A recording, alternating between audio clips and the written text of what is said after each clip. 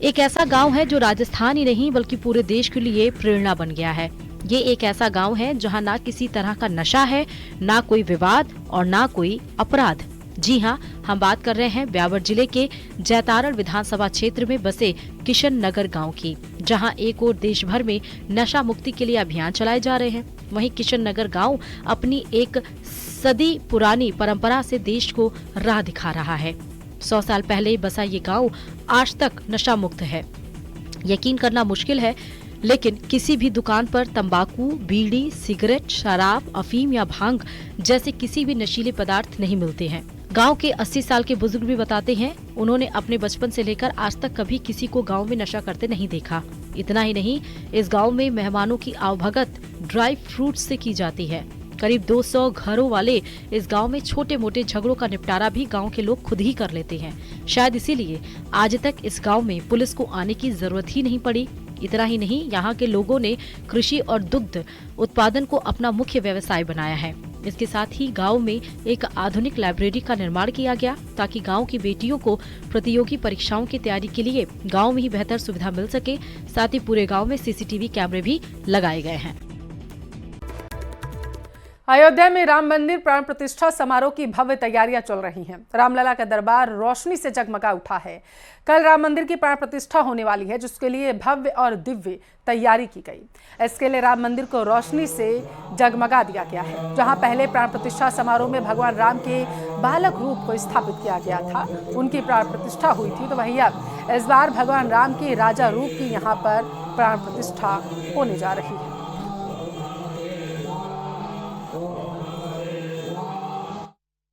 प्रथम तल पर राम दरबार लगने वाला है, उससे पहले तैयारियां की जा रही हैं। और अभी जो मैं मूर्तियां दिखा रही हूं, ये दरअसल कॉरिडोर में लगने वाली मूर्तियां हैं। पिछली बार भी जब हम आए थे तो हमने आपको ये तस्वीरें दिखाई थी, तब ये काम उतना तेजी से नहीं हुआ था, उतना काम नहीं हुआ था। लेकिन अब देखिए, बहुत तेजी से कामकाज किया जा रहा है।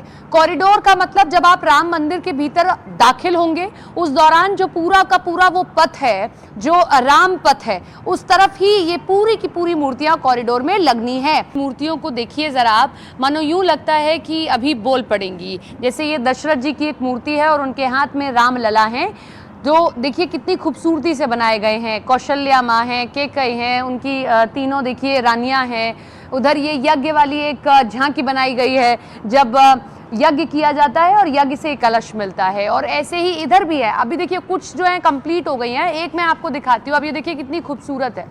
सबसे खूबसूरत मुझे ये वाली लगती है, जिसमें आप देखिए कि ये एक वो आता है कि वशिष्ठ जी, ये वही वाला है ना? अच्छा, ये परशुराम जी है। हाँ, उसमें एक चरित्र आता है, जब शादी हो रही होती है और धनुष तोड़ दिया होता है राम जी ने, तो देखिए उसके बाद परशुराम जी आते हैं कि ये धनुष किसने तोड़ा? मैंने शिव को दिया था, किसी ने तोड़ कैसे दिया? तो कितनी खूबसूरती से बनाए गए हैं। और इसमें रंजीत जी ये कह रहे हैं कि उन्होंने एक भी चित्र नहीं देखा है। बिना चित्र को देखे, रामचरितमानस की चौपाइयों को याद करके, उनको पढ़ के और आंखें बंद करके, राम का सुमिरन करके वो इन चित्रों को बनाते हैं, वो इन मूर्तियों को बनाते हैं। ये वाकई में अद्भुत है। कैमरा पर्सन प्रदीप प्रधान के साथ सपना शुक्ला, न्यूज़ 18 इंडिया। अयोध्या में श्री राम दरबार की प्राण प्रतिष्ठा का 3 दिवसीय अनुष्ठान शुरू हो चुका है। प्राण प्रतिष्ठा पार्ट 2 के लिए पूरी रामनगरी तैयार है।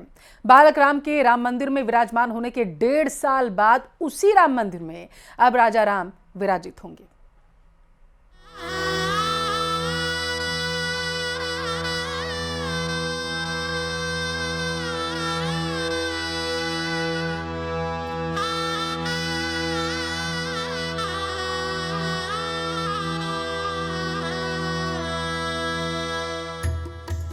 अयोध्या की पावन रामनगरी एक बार फिर ऐतिहासिक पल की साक्षी बनने जा रही है। राम मंदिर के निर्माण में एक और अध्याय जुड़ने जा रहा है। राम मंदिर फिर से आस्था के रंग में रंग गई है। पूरा माहौल भक्तिमय हो चुका है। राम मंदिर परिसर में मुख्य मंदिर के साथ अन्य 7 देवालयों में देवी देवताओं की मूर्ति की प्राण प्रतिष्ठा के अनुष्ठान जारी है। इन 8 देवालयों को फूलों से सजाया गया है। बाहरी हिस्से लाइटों से जगमगा रहे हैं। स्वर्ण जड़ित शिखर कलश चमक रहा है। प्राण प्रतिष्ठा के लिए शुरू हुआ अनुष्ठान 5 जून तक चलेगा। 108 पुजारी इस दौरान 1975 मंत्रों का पाठ करेंगे। अग्नि देवता को आहुति दी जाएगी। साथ ही मूर्तियों के शुद्धिकरण की विधि को भी पूरा कराया जा रहा है। 5 जून को प्राण प्रतिष्ठा कार्यक्रम में सीएम योगी भी शामिल होंगे। 22 जनवरी 2024 को श्री राम बालक के रूप में स्थापित किए गए थे। अब दूसरी प्राण प्रतिष्ठा में भगवान राम राजा के रूप में स्थापित किए जाएंगे। राम मंदिर के पहले तल पर राजा राम का दरबार होगा। इस दरबार में भगवान राम, उनके भाई लक्ष्मण, माता जानकी और सेवक हनुमान होंगे। देश के 108 वैदिक विद्वान काशी के मुख्य आचार्य जयप्रकाश के नेतृत्व में बाकायदा राम मंदिर के प्राण प्रतिष्ठा का कार्यक्रम संपन्न कराएंगे। राम मंदिर के प्राण प्रतिष्ठा में राम दरबार की स्थापना होगी। इसके साथ ही परकोटे के 6 मंदिर और शेषावतार मंदिर, कुल 8 मंदिरों की स्थापना होगी। और इन 8 मंदिरों की स्थापना के साथ साथ कुल 14 मूर्तियों को प्राण प्रतिष्ठित किया जाएगा। 5 जून को सुबह 6 बजे से दोपहर 1 बजे तक अनुष्ठान होंगे। अभिजीत मुहूर्त में राम दरबार की प्राण प्रतिष्ठा होगी। सुबह 11:15 पर राम दरबार की प्राण प्रतिष्ठा होगी। 5 जून को दोपहर 1 बजे तक कार्यक्रम संपन्न होगा। प्राण प्रतिष्ठा कार्यक्रम से पहले सोमवार को सरयू तट से कलश में जल भरकर शोभा यात्रा निकाली गई। जगह जगह लोगों ने कलश यात्रा पर फूल बरसाए। शोभा यात्रा लता मंगेशकर चौक से रामपथ और हनुमानगढ़ी बाजार, दशरथ महल, रामकोट, रंग महल बैरियर से होती हुई राम मंदिर पहुंची। कलश यात्रा में करीब 400 महिलाएं शामिल हुई। सरयू जल से भरे कलशों को श्री राम लला के चरणों में समर्पित किया गया। राम मंदिर के पहले मंजिल पर राम दरबार समेत परकोटे में 8 मंदिरों के लिए स्थापना कार्यक्रम है। बता दें कि ये भारत का पहला ऐसा राम मंदिर होगा जिसका शिखर स्वर्ण से सुशोभित किया गया है। भगवान श्री राम जो वर्षों तक टेंट में रहे, अब भव्य राम मंदिर में विराजमान है। स्वर्ण शिखर सनातन परंपरा में समृद्धि और शुभता का प्रतीक माना जाता है। 5 जून को गंगा दशहरा पर्व पर अद्भुत संयोग है। सीएम योगी 5 जून को अयोध्या आएंगे। उसी दिन सीएम योगी का जन्मदिन भी है। वहीं मंदिर ट्रस्ट की अपील है कि किसी को विशेष आमंत्रण नहीं है, अपनी सुविधा से लोग आराम से पहुँचे। सिर्फ राम दरबार की प्राण प्रतिष्ठा को लेकर भीड़ न जुटाएं।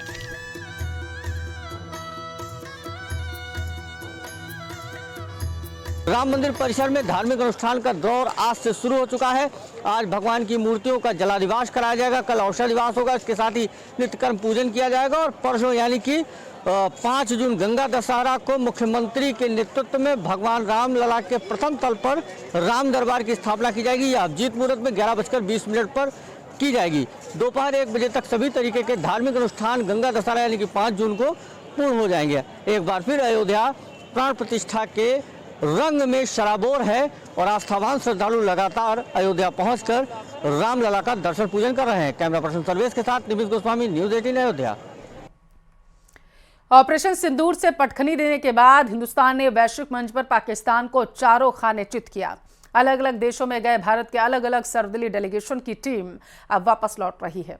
ये वो टीम है जिसने दुनिया को बता दिया कि जब बात भारत की अखंडता, भारत की संप्रभुता, भारत की सुरक्षा की होगी तो सब एक है। ऑपरेशन सिंदूर से पटखनी देने के बाद हिंदुस्तान ने वैश्विक मंच पर पाकिस्तान को चारों खाने चित कर दिया। अलग अलग देशों में गए भारत के अलग अलग सर्वदलीय डेलीगेशन की टीम अब लौट रही है।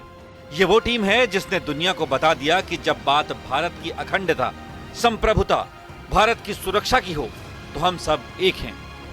जो इकोनॉमिक सैंक्शंस भी हम किए हैं, व्यापार पर, वीज़ाज पर, शिपिंग, पानी पर, ये हम कर रहे हैं। उद्देश्य है हमारा कि पाकिस्तान उसके गलत नीतियों को बदलाए और आतंकवाद को जो खुल्लम खुल्ला वो समर्थन करते हैं उसको बंद करें। भारत से निकली स्पेशल साट टीम ने पाकिस्तान के झूठ को बेनकाब किया, दुनिया के सामने हर एक सच को दिखाया और सबूतों के साथ साबित किया कि पाकिस्तान एक आतंकी मुल्क है। वहां की सरकार का आतंकियों पर हाथ है। पाकिस्तान की सेना आतंकियों को पालती है, उनका इस्तेमाल करती है और उन्हें सुरक्षा भी देती है। Pakistan is the epicenter of Takfirism, and there is no difference of ideology between the terrorist groups in Pakistan and Daesh and in Al-Qaeda. they believe in fact, they believe that they have a religious sanction, which is completely wrong. Islam does not allow killing of any person, and that unfortunately that is their ideology. Given a photograph of a 2019 Chinese army drill claiming it's a victory over India. Now this is what Pakistan indulges in. They cannot even give a proper photograph. तो हम बचपने में हम school में सुनते थे कि अक्सर स्कूल में क्या होता था कि हम अच्छे पढ़ने वाले बच्चे के बाजू पे बैठता था। तो नकल करने के लिए अकल भी चाहिए, इन नालायकों को अकल भी नहीं है। कांग्रेस सांसद शशि थरूर की अगुवाई में कंबोडिया पहुंचे डेलीगेशन ने सबूतों के साथ सच से सामना कराया और शशि थरूर ने तो कंबोडिया के ऑपरेशन सिंदूर पर दिए बयान पर नाराजगी जताई। There is no equivalence possible between terrorists on the one hand and innocent civilians on the other. There is no equivalence between those who attack our country and those who defend their own country. And our only disappointment with the earlier statement by Colombia was that it seemed to have overlooked this difference. We're very pleased to learn that that statement has been withdrawn, as you also mentioned. जाहिर है पाकिस्तान को इससे बड़ी हार वैश्विक मंच पर कूटनीतिक तौर पर नहीं मिली थी। भारत से गई सांसदों की 60 टीमों ने दुनिया भर में पाकिस्तान की कली खोली। अब पूरी दुनिया में पाकिस्तान के खिलाफ गुस्सा है। राजनीतिक मतभेदों से ऊपर उठकर भारत के अलग अलग जगहों से आने वाले, अलग अलग भाषा बोलने वाले, अलग अलग राजनीतिक विचारधारा रखने वाले सांसदों ने एक साथ सिर्फ और सिर्फ भारत की बात की और पुरजोर तरीके से की। We are doing here is what is needed for the country.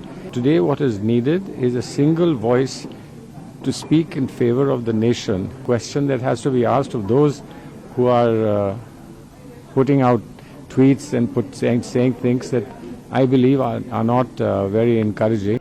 वैसे पाकिस्तान भी अपनी पोल खुद ही खोल रहा है। पहले आतंकियों के जनाजे में पाकिस्तानी सेना के बड़े अफसर लश्कर के एक आतंकी के साथ मातम मनाते दिखाई दिए, तो अब पाकिस्तान के बड़े लीडर और शहबाज शरीफ के करीबी नेता आतंकियों को खुला समर्थन देते दिखे। उनके साथ मंच साझा किया और उनकी हिफाजत की कसम भी खाई। जाहिर है अब आतंकिस्तान दुनिया के सामने पूरी तरह से बेनकाब हो चुका है।